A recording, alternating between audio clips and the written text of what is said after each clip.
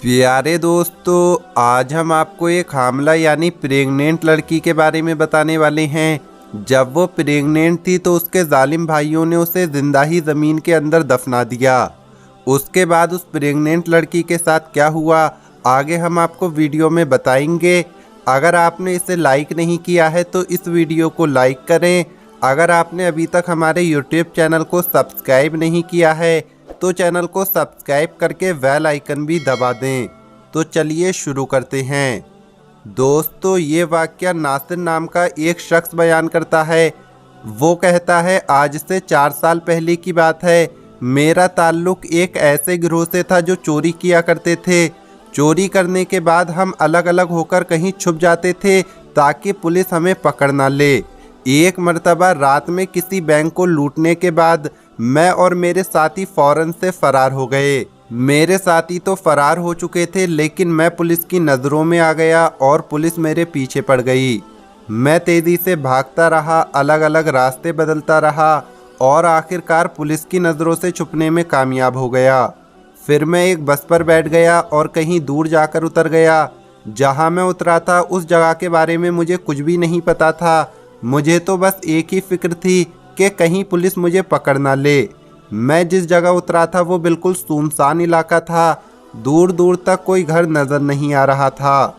सामने एक कब्रिस्तान था तो मैं चलते चलते कब्रिस्तान तक पहुंच गया। 14वीं का चांद अपनी उरूज पर था जिसकी वजह से सब कुछ साफ दिख रहा था। मैंने सोचा कि रात कब्रिस्तान में ही गुजार लेता हूँ, सुबह होते ही यहाँ से निकल जाऊँगा। मैं बहुत सख्त जान और मजबूत दिल का मालिक था। कभी भी मेरी ऐसी हालत नहीं हुई थी जैसी उस रात हुई थी। उस रात मैंने फैसला कर लिया कि मैं आइंदा से कोई ऐसा काम नहीं करूँगा जहाँ जान के लाले पड़ जाएं। मैं बुरा नहीं था, बस बुरे दोस्तों में फंस गया था। मैं कब्रिस्तान में एक कब्र के सामने लेट गया। मेरे पास एक चादर थी जो काफ़ी मोटी थी। चादर को मैंने अपने ऊपर ताना और मैं सोने ही वाला था कि अचानक से मुझे एक आवाज़ सुनाई दी। ये किसी लड़की की आवाज़ थी जो कह रही थी, भाई मुझे मत मारो, मैंने कुछ नहीं किया है, मुझे मत मारो, मैं गुनहगार नहीं हूँ। ये आवाज़ें सुनकर तो जैसे मेरी रूह कांप गई। मैंने चादर अपने सर से हटाई और देखने लगा कि क्या माजरा है। जब मैंने देखा तो सामने तकरीबन 4 से 5 लड़के थे जो एक लड़की को घसीटते हुए कब्रिस्तान ला रहे थे। उनमें से एक लड़का बोला, तुझे ज़रा भी शर्म नहीं आई हम भाइयों की इज्जत खाक में मिलाते हुए? हम तो समझ रहे थे तू खाला के घर है, लेकिन अब पता चला कि तू तो हराम का नाजायज़ बच्चा अपने पेट में लिए वहाँ रह रही थी। एक लड़के ने उस लड़की को पकड़ा और बाकी के 4 लड़के कब्र खोदने में मशगूल हो गए। कब्र खोदने के बाद उन्होंने लड़की को जिंदा कब्र में फेंक दिया और मिट्टी डालने लगे। ये मंजर देखकर तो मेरे होश उड़ गए, मैं हैरान रह गया। उनमें से एक लड़का बोला, जल्दी करो कोई देख लेगा। उन्होंने जल्दी जल्दी लड़की को दफन किया और चले गए।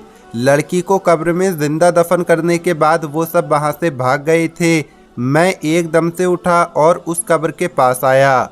जल्दबाजी में वो लोग कुदाल वहीं पर फेंक गए थे। मैंने जल्दी से कब्र खोलना शुरू कर दी क्योंकि मैंने देख लिया था कि उसे ज़िंदा ही दफन किया गया है। मेरी पूरी कोशिश थी कि लड़की को ज़िंदा निकाल सकूं।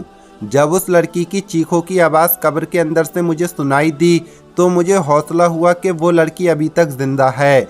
मैं अपनी पूरी ताकत लगा रहा था कि जल्दी से कब्र खोल सकूं। मैं कोई नेक इंसान नहीं था, एक आम सा आदमी था, लेकिन मेरी जगह कोई भी होता तो जिंदा दफन होने वाली लड़की को निकालने की कोशिश ज़रूर करता। मेरे ख्याल से कोई भी इतना बेज़मीर नहीं हो सकता जितना उसके भाई थे। किसी को जिंदा दफन करना कहाँ की इंसानियत थी। मैं कब्र खोल रहा था और मैंने कब्र में एक सुराग भी कर दिया ताकि लड़की तक ऑक्सीजन पहुँचता रहे। लेकिन अचानक ही उस लड़की की चीखें बुलंद हुई तो मेरी जान निकल गई। मुझे लगा वो मर गई है। मैंने उसकी आवाज़ सुनने की कोशिश की। मेरा पूरा जिस्म कांप रहा था। काफ़ी देर तक कोई आवाज़ नहीं आई तो मुझे मायूसी होने लगी, लेकिन मेरी हैरत की इंतहा न रही जब अचानक ही कब्र से एक बच्चे के रोने की आवाज़ आई। मैं परेशान हो गया कि बच्चे की आवाज़ कहाँ से आ रही है और कैसे आ रही है। कब्र के अंदर तो लड़की थी तो फिर ये बच्चा कहाँ से आ गया। मैं डरने वालों में से नहीं था, लेकिन उस वक्त मैं बहुत ज़्यादा डर गया था। अब मुझे लड़की के कर्राने की आवाज़ भी सुनाई दे रही थी, यानी लड़की भी जिंदा थी।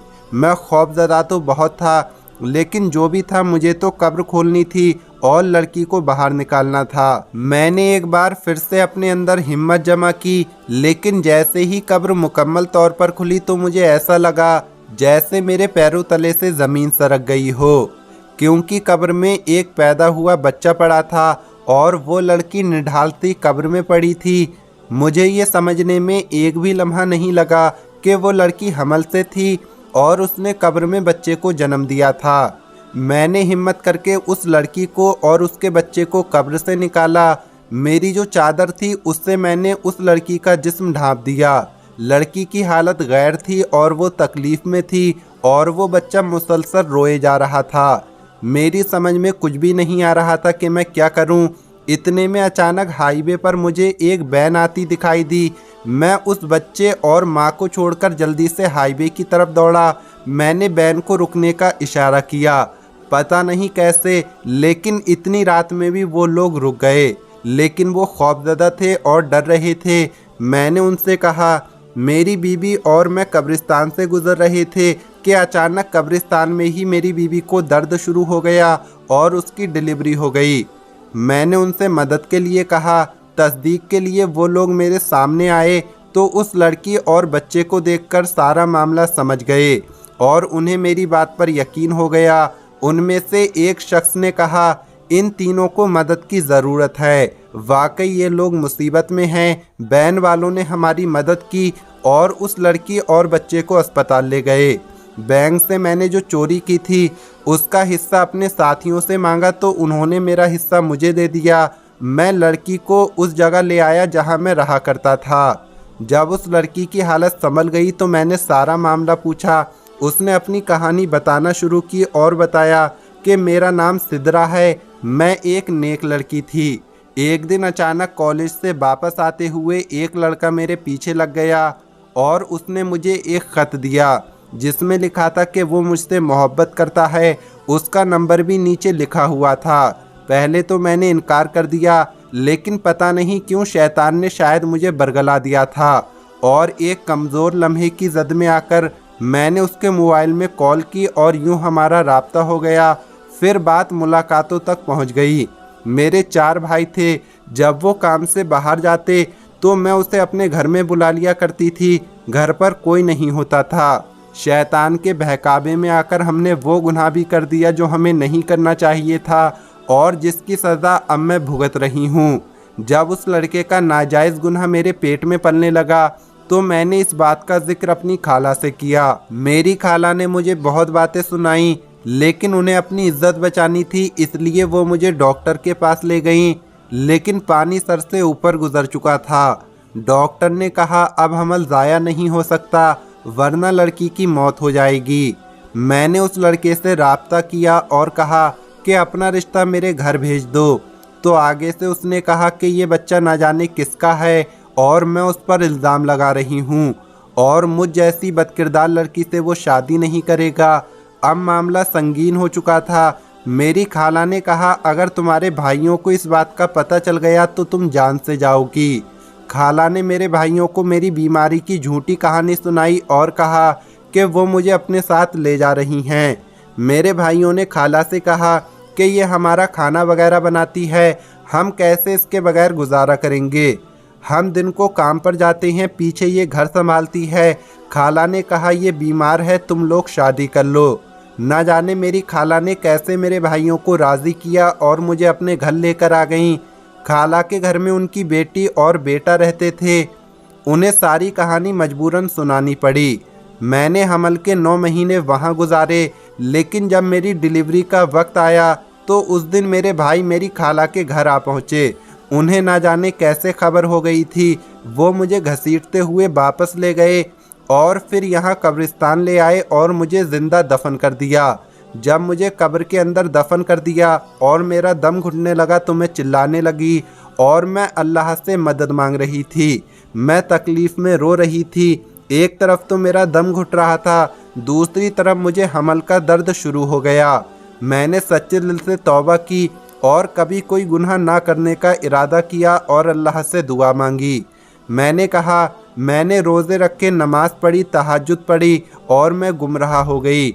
ऐ मेरे रब, मुझे आखिरी मौका दे दे, मुझे इस कब्र से निकाल दे। मैं सारी ज़िंदगी कोई गुनाह नहीं करूँगी। अगर मेरी कोई नेकी तुझे पसंद हो तो उसके बदले मुझे आज यहाँ से निकाल दे।